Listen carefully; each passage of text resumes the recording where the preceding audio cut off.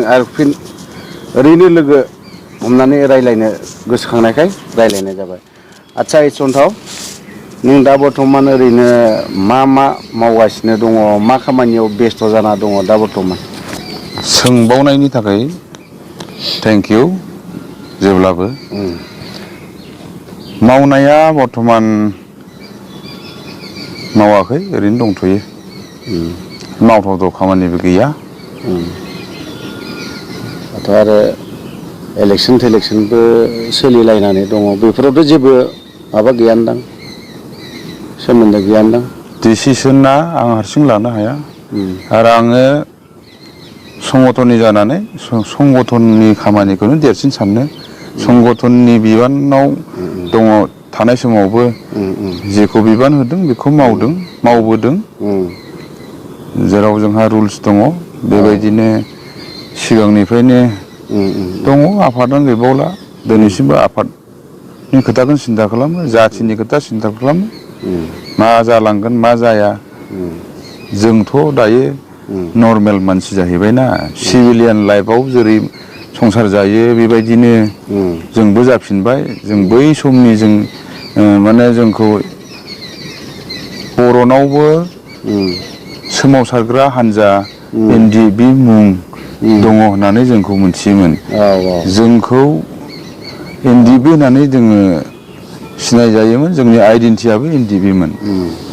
दिनैनि दिनाव नों NDP नंला, NDPनि जानानै नों खोथा बुंनो हाला, बेफोर खोथाखौ बुंनोबो हागौ। बेखायनो खुब सिन्था खालामनानै रायलायनांगौ, समाजाव मोजां खामानि मावनायाव आगान होनांगौ, सोलोंनांगौ, रोंनांगौ गोबां दं। जोंथ' फार्स्ट 20 इयार्सआव गोबां जायगाफोर थाबोबाय, सोर डेभेलप जादों, सोर जाथिया माबायदि जायो लोङो, बिसोरनि कालचारा मा, बेफोरखौबो लोगो मोनबोबायथ'।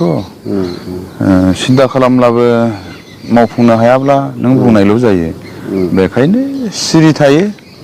मालाबा जारिमिन, गावनि लाइफ हिस्ट्रि जारिमिनखौ लिरनो सानोब्लाबो माने मोनहास'वा, नुहुरस'वा, गोबां टेकनिकेल प्रब्लेम थायो। बेखायनो दङ, मालाबा सुबिदा मोनगोनदां। सुबिदाथ' दङ, सुबिदाखौ आरो नों लानोबो रोंनांगोन, सोरबाया नोंनो होनाय नङा। बेखायनो बाइ इलेक्सनाव जुदि जोंहा रायलायनानै सोरखौबा जुदि होनांगौ होननानै बुङोब्ला बे बेलेग इसु, खिन्थु जोंनाव बेबायदि सफार आप टु डेट गैया, ओरैनो दंथ'यो। आरो इलेक्सनाथ' बेयो मोननैल'सो नालाय, मोननै समस्थियावल'सो। आरो बेयावहाय जोंहानो एकर्ड जानायनि उनाव गोबां खामानि दामानिफोर मावनांगौ दङ। बेखौ अफिसियेलि जाय बिबानफोर दङ, बिबान गोनांफोरा मावदों। आरो बेखिनि आरो। ओमफ्राय दा ओरैनो रायजोफ्रा माला बहुतानो सोङो, रन्जन दैमारि सारा माला गगोन, माला गगोन आंनाव सोंहरो। थ' आंनिख्रुइ नों मोजाङै रन्जन दैमारि सार गनायनि क्लियारिखौ एसे मोजाङै खोन्थायोब्ला, जाखिनि मिन्थिगौ खोन्थानो हानायखौ खोन्था आरो हायिखौ दा खोन्था। बिथाङा गनाया पलिटिकेलि नांदेरनाय। आदसा। बेखौ गोसो जायोब्ला गाबोनबो बख'नो हायो आरो समफोरबो बख'नो हायो। आरो ओरैनो कर्टनि थ्रुयै, कर्टआ जिहेथु बेखौ कनभिक्टेड होदोंमोन सिबिआइ कर्टआ।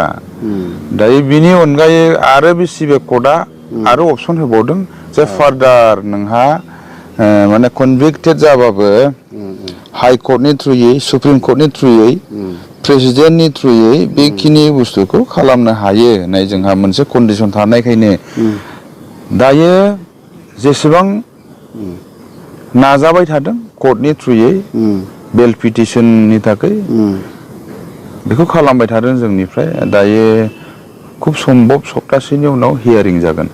हियारिंआवहाय मोनबैसे केसखौ लानानै, मा केसखौ लानानै दायो हियारिं होगोन बेखौ मोनथिथ'वा। जायखिजाया बे सप्तासेसोनि गेजेराव खबरखौ मोनगोन। ओमफ्राय बिनि अनगायै सारा गनाय गयैनि खोथाखौथ' दुलाराय रायजो राजा दिनै बयबो कनफिउज मोनसेल' खोथा आङो मोनथियो आयेना दिनैहाय बिथांखौ एकर्डनि थ्रुयै एकर्डआव जेनेरेल एमनेस्टि होननाय बुस्थुआखौ जुदि लिरफानायमोनब्ला दिनै जेनेरेल एमनेस्टि मोनोमोनब्ला बेनि जेसेबां क्राइम मावनाय मानाय बेनि सायाव जेसेबां चार्जसिट होदों बे बुस्थुखौ माने कनसिडारेसन होबाय बे एकर्डनि थ्रुयै होननानै माने जों मिथियो आरो बेबायदि जागौमोन खिन्थु एकर्डआव दिनैहाय जेनेरेल एमनेस्टि होननाय बुस्थुआनो दिनै गैयिनि थाखायनो बिथाङा दिनै आरो कर्टनि थ्रुयै बेल पिटिसन मारिबावनांगौ मानांगौ जादों गवाथ' होनाखै गगोन बियो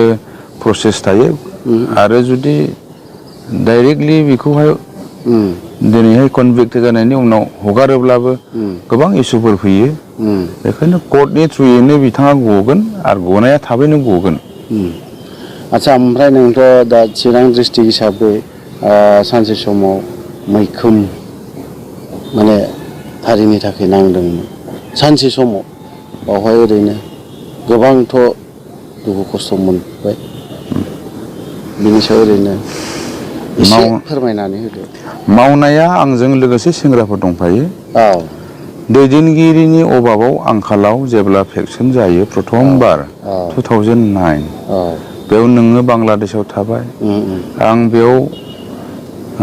बेयाव दंमोन सेनियर हिसाबै गेजेराव बक' थाबाय सानजाजों बक' दंमोन ओमफ्राय नैबेयाव मा होननानै बुङो जोंना बिदाय बिथां दंमोन जोंनि 2009नि खोथाखौसो आं बुंदों खस्थ'आथ' 2000निफ्रायनो मोनदों जेब्ला ट्रेनिं जोबो बिनिफ्रायनो खस्थ' ट्रेनिंआवथ' नों सोलोंबाय बेसिकखौ रोंबाय नों जेब्ला फिल्डआव हाबबाय रायजोनि गेजेराव हाबबाय गुदुं गुसु गोखै गोबाबखौ बेयाव मोनो ग्रुपाव थानायनिफ्राय लानानै हाग्रायाव थानायनो मानाय बिभिन्न जि एक्टिभिटिसा जोंहा गुरिला वेलफेयार हिसाबै जोंहा थानांगौ मावनांगौ दायथ' दङ बिबान होजानाय हिसाबै बेखौ मावथारनांगौ खस्थ'खौ बुंनो हाया बुंस'नोबो हानाय नङा 20 बोसोरनि खस्थ'खौ माने गेजेरावथ' सिसफोर जाहैबाय दा ओरैनो दा बे खस्थ'खौ साननानै नों माबोरै मोनो दा ओरैनो गोसोफोरखौ दा ओरैनो एथ'राब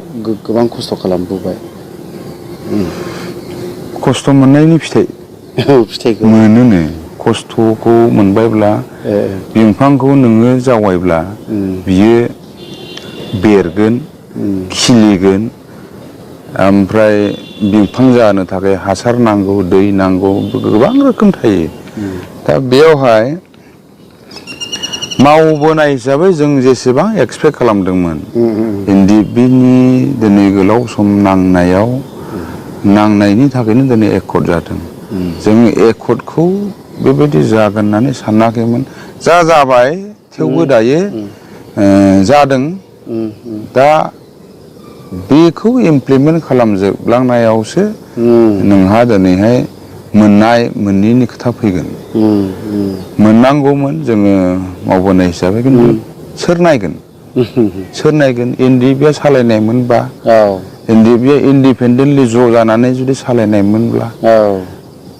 रायजोआ जुदि सापर्ट खालामनानै बे परिबेसा फैनायमोनब्ला एटलिस्ट हप दंमोन दाबो हप दङ रन्जन दैमारि सार बिथाङा गयोब्ला खस्थ' खालामनायाथ' बिनि फिथाइखौ मोनगोन होननानै आसा खालामदों आरो जों बेखौ नेबायबो थादों जोङो आरोथ' आसाबोथ' खालामदों सार गजासिमहालागै सारजोंनो थाबाय थागोन बे 100% बे 100% होमबा जों भिडिअखौ एसेयावनो दोनथ'नोसै नामा स' लोगोफोर नोंथांमोना आं दिनै एडसनथावजोंनो दङ दिनै बिथांजों आंजोंनो गोबाव सम सावरायबोबाय आरो गोबां सम मावबोबाय जों बिथाङानो दाखालि गोबाव साननैसो सिगां मोननैसो खोथा फोरमायखादोंमोन जे आं गुबुनजों माखासे खोथा सोंनोब्लाबो आं बिनि अनगायै गुबुनाव सोंनो हानायनि माखासे माबाखौ मोनाखै सुबिदाखौ मोनाखै थ' ओंखायनो आं बिथांजोंनो आंजोंनो सम सुबिदा मोनबानो सावरायलायनाय थानाय जायो थ' बावहायनो आं एसेयावनो दोनथ'नाय जाबाय